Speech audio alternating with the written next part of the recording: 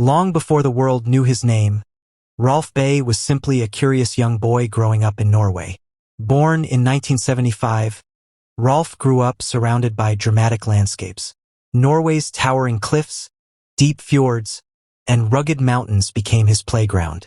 While many children spent weekends playing sports, Rolf found himself drawn toward nature. He loved hiking, skiing, and exploring remote wilderness areas. Friends remembered him as energetic, intelligent, and fearless. Yet beneath his adventurous spirit was a thoughtful young man who respected nature deeply. He wasn't attracted to mountains because they were dangerous. He was attracted because they represented freedom. By his teenage years, mountaineering had become more than a hobby. It had become his passion. He spent countless hours studying climbing techniques, weather systems, survival skills, and expedition history. He admired the legendary climbers who had pushed human limits in the world's highest ranges. Unlike many thrill-seekers, Rolf wasn't interested in fame. He was fascinated by exploration itself. The mountains became his classroom, and he became one of Norway's most promising climbers. Throughout the 1990s, Rolf steadily built experience across Europe and beyond. He climbed challenging routes in the Alps and developed a reputation for remaining calm under pressure. Fellow climbers noticed his remarkable endurance and technical skill. What made Rolf different wasn't just strength. It was judgment. In mountaineering, physical ability can take you upward. Good judgment brings you home. Rolf understood this lesson better than most. He learned when to push forward and when to retreat. He understood that the mountain would always be there another day. As his experience grew, so did his ambitions. The highest mountains on Earth began calling his name. The Himalayan giants, the Karakoram monsters, the peaks that represented the ultimate test of human endurance. One of the most important moments of Rolf's life wasn't on a summit. It was meeting fellow Norwegian climber Cecilie Skog. The two shared something rare. They understood each other completely. Both were passionate climbers. Both loved adventure. Both dreamed of standing atop the world's highest mountains. Their relationship grew through shared expeditions, difficult climbs, and countless days spent in harsh environments. Mountaineering often reveals a person's true character. There are no masks at 25,000 feet. Exhaustion, fear, cold, and danger strip away pretenses. Under those conditions, Rolf and Cecilie discovered an extraordinary bond. Friends describe them as one of mountaineering's strongest couples. They supported one another's dreams. They trusted each other completely. Eventually they married. Together, they would become one of Norway's most respected climbing partnerships. But destiny was preparing a far different future than either imagined. When people hear about mountain climbing, they usually think of Mount Everest. Everest is the tallest. But many climbers believe another mountain is far more dangerous.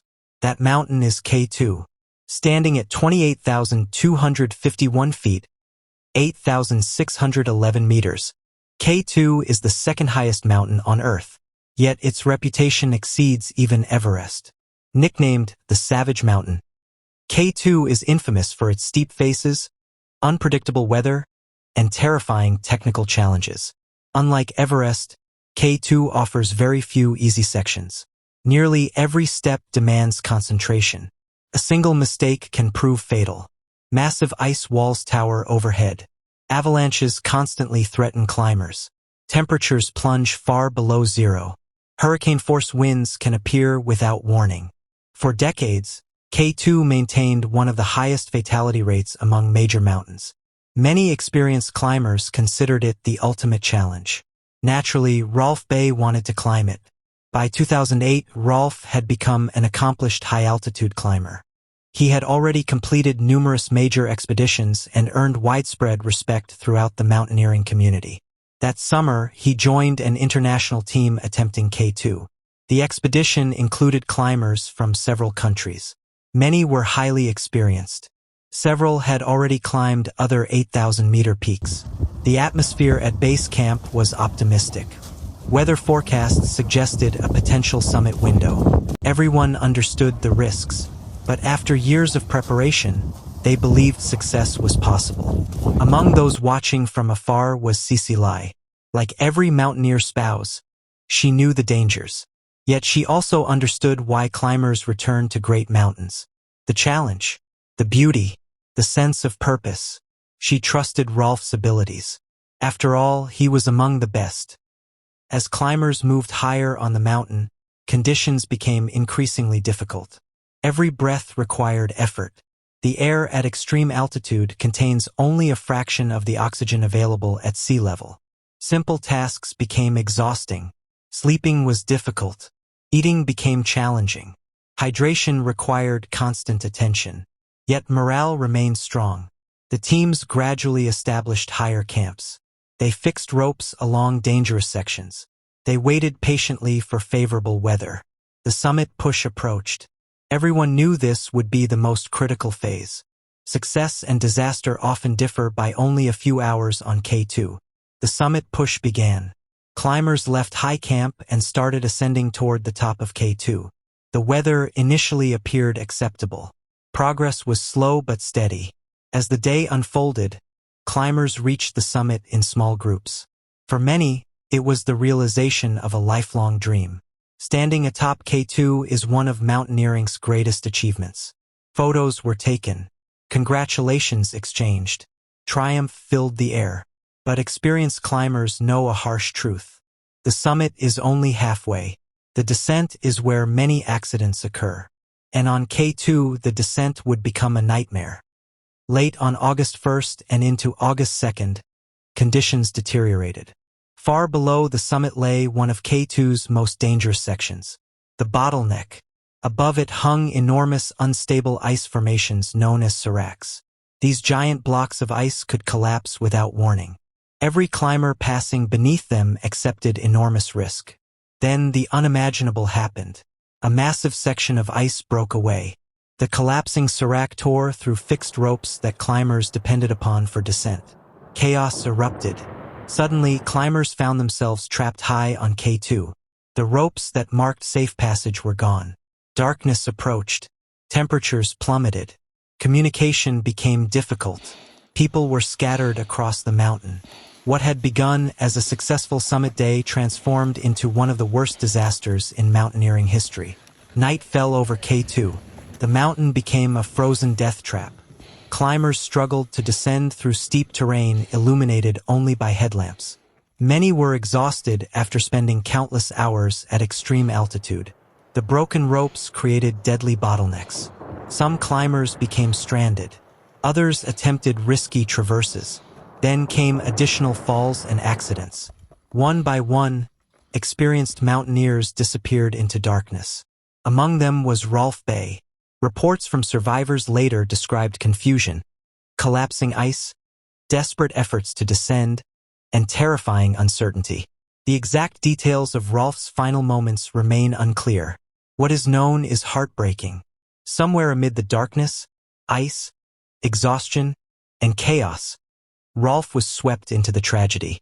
The mountain he respected and loved ultimately claimed his life. He was only 33 years old. The events of August 2008 shocked the climbing world. 11 climbers died during the disaster. It became one of the deadliest days in K2's history. Investigations and survivor accounts revealed a combination of factors: serac collapse, destroyed fixed ropes, crowding on the route, extreme altitude, darkness, exhaustion, difficult decision-making under pressure. No single mistake caused the tragedy. Instead, multiple dangers converged at the worst possible moment. The disaster became the subject of extensive analysis within the mountaineering community. Climbers worldwide studied the event hoping future tragedies could be prevented. But for families, statistics meant little. They had lost loved ones. And among them was Cecilie Skog. The news devastated Cecilie. Her husband had disappeared on one of the world's most dangerous mountains. The loss was unimaginable. Yet what happened afterward inspired people around the world. Instead of allowing grief to destroy her, Cecilie chose to honor Rolf's memory. She continued climbing. She continued exploring. She continued pursuing the dreams they once shared. In the years following the tragedy, she achieved remarkable accomplishments in polar exploration and mountaineering. Every achievement carried a piece of Rolf with it. Friends said his spirit remained present in her adventures. His influence never disappeared. When people hear about mountain disasters, they often focus only on the final moments. But Rolf Bae was far more than a victim of a tragedy. He was a husband, a friend, an adventurer, a respected climber, a leader, a dreamer. Those who knew him remember his warmth, humor, intelligence, and generosity. They remember a man who genuinely loved life, a man who inspired others to pursue difficult goals, a man who believed meaningful experiences often required courage. His legacy extends beyond mountaineering records. It lives through the people he influenced, the friends he encouraged, the family who loved him, and the countless climbers who continue learning from his story. The 2008 K2 disaster remains one of mountaineering's most studied tragedies.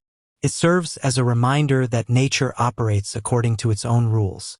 No amount of experience can eliminate all risk. No achievement guarantees safety. The mountain does not negotiate. It does not care about dreams, reputations, or ambitions. It simply exists.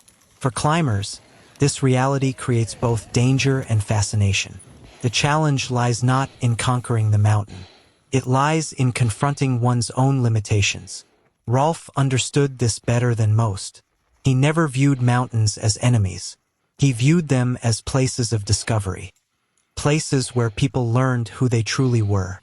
On a cold August night in 2008, high on the slopes of K2, Rolf Bae's journey came to an end. Yet his story did not. Today, whenever climbers attempt K2, many remember the lessons of that tragic season. They remember the names of those who never returned. Among them is Rolf Bae, a climber whose life embodied passion, courage, and exploration. His story is not merely about death on a mountain. It is about a life spent pursuing wonder, a life built around curiosity and adventure, a life shared with the woman he loved. And although the dark midnight icefall on K2 ended his final expedition, it could not erase the legacy he left behind. For in the world of mountaineering, some climbers are remembered not because they reached the summit, but because of how they lived the journey. Rolf Bae remains one of them,